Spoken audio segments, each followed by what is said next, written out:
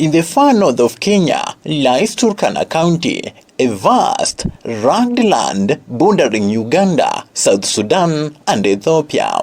Spanning 77,000 square kilometers, Turkana is the country's largest county, famous for intense heat, tough condition, and striking semi-arid beauty. For generations, life in Turkana has revolved around livestock, but droughts have grown longer and harsher, making survival tougher and traditional ways more fragile.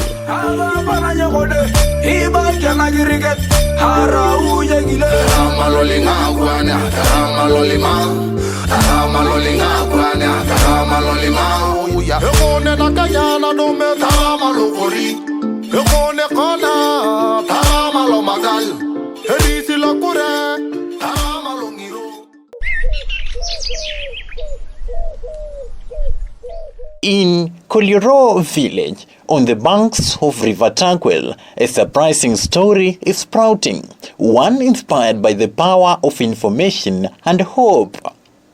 Meet Stephen Lomaluk, a hunter, a dreamer, and now unlikely pioneer of farming in Koliro. Nyarta Stephen Lomaluk. My name is Stephen Lomaluk. Here in the village, they call me Iman. I'm a pastoralist. I had some goats, but some years back, there was a drought. The coming of that drought, I had some goats, but the drought killed them. I remained with few goats. And again, the people of my wife came. They said, we want goats. In Turkana community, if you have someone's daughter, his livestock is what they consider. If you don't have livestock, you are just useless. So when the people of my wife came, they took the remaining goats. They said, if there is no goats, they will take their daughter back. I gave them the cattle, but I refused with 6 goats. These 6 goats, I looked after them. I was wondering what I will do. I was wondering, but one day I had a program on a radio, local radio station. The program inspired me on the issues of farming. I decided to sell the 6 goats that remained, and there was a farm that my father gave it to me near the river. This farm is a bush. So I sold the goats and hired some workers to clear the land. They cleared the land and fenced it.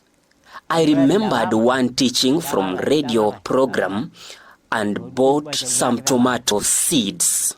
I said, let me plant tomatoes, because here in Turkana, there is no tomatoes. I saw that tomatoes will bring me money and changed my life. Because if you plant even the sorghums, it is just for food. You will not receive any money. I said, let me plant tomatoes because it will bring me money and I can use money to buy back my goats. The drought killed the other goats that the people of my wife took. Samna kopet amolo tebauya oyo adabana ngilio emamu nebeyo oyo adabana ngilio kiyamanya geregede dongata ramito nyekare ramete na leyo madenga kebukaba longo yakiranya. Stephen bought seeds and symbols using River Turkana's water. He began transforming Koliro's dry earth into green field, growing not just tomatoes, sweet potatoes, and bananas, but new hope for his people.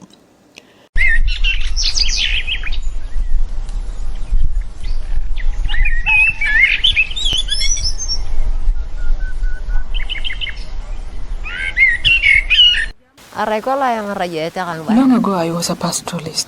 Now, I have abandoned livestock. But at the moment, I'm surviving on farming. I don't have livestock anymore. Farming is hard. It's so hard. Sometimes you spend a lot of time on the hot sun while digging. But before, life was good. You could just go and look after your goats. The goats will be under the tree relaxing. After that, then you take them to the river. Farming is hard, but that is the only choice we have because of this climate change. It's helping us a lot. On that program, I heard it on radio. I have my own radio that I bought. It is on radio that I heard this program because I love listening to radio more than that one broadcasting in Turkana language. Mata radio, that is what I love. Listening to that day, I opened my radio and I heard about that program. On its own radio, I heard about agriculture. I advised everybody a radio. I want to know about weather information. From a single radio broadcast about climate change and new farming ideas, Kolyros found its future. Water from river, new seeds, and shared knowledge are building climate resilience, one plant at a time.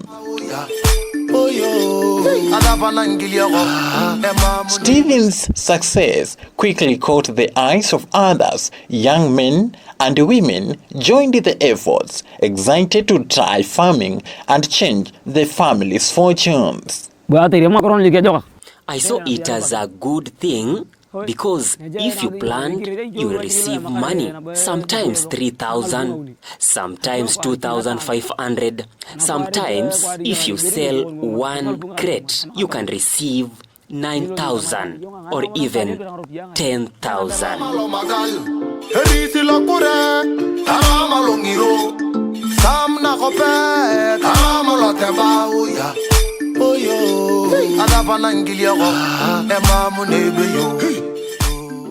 Kolyros field now stand as a proof that with a little information, bold choices, and a lot of teamwork, even the toughest landscape can bloom again. Noah Esokon, Kolyro Village, Turkana.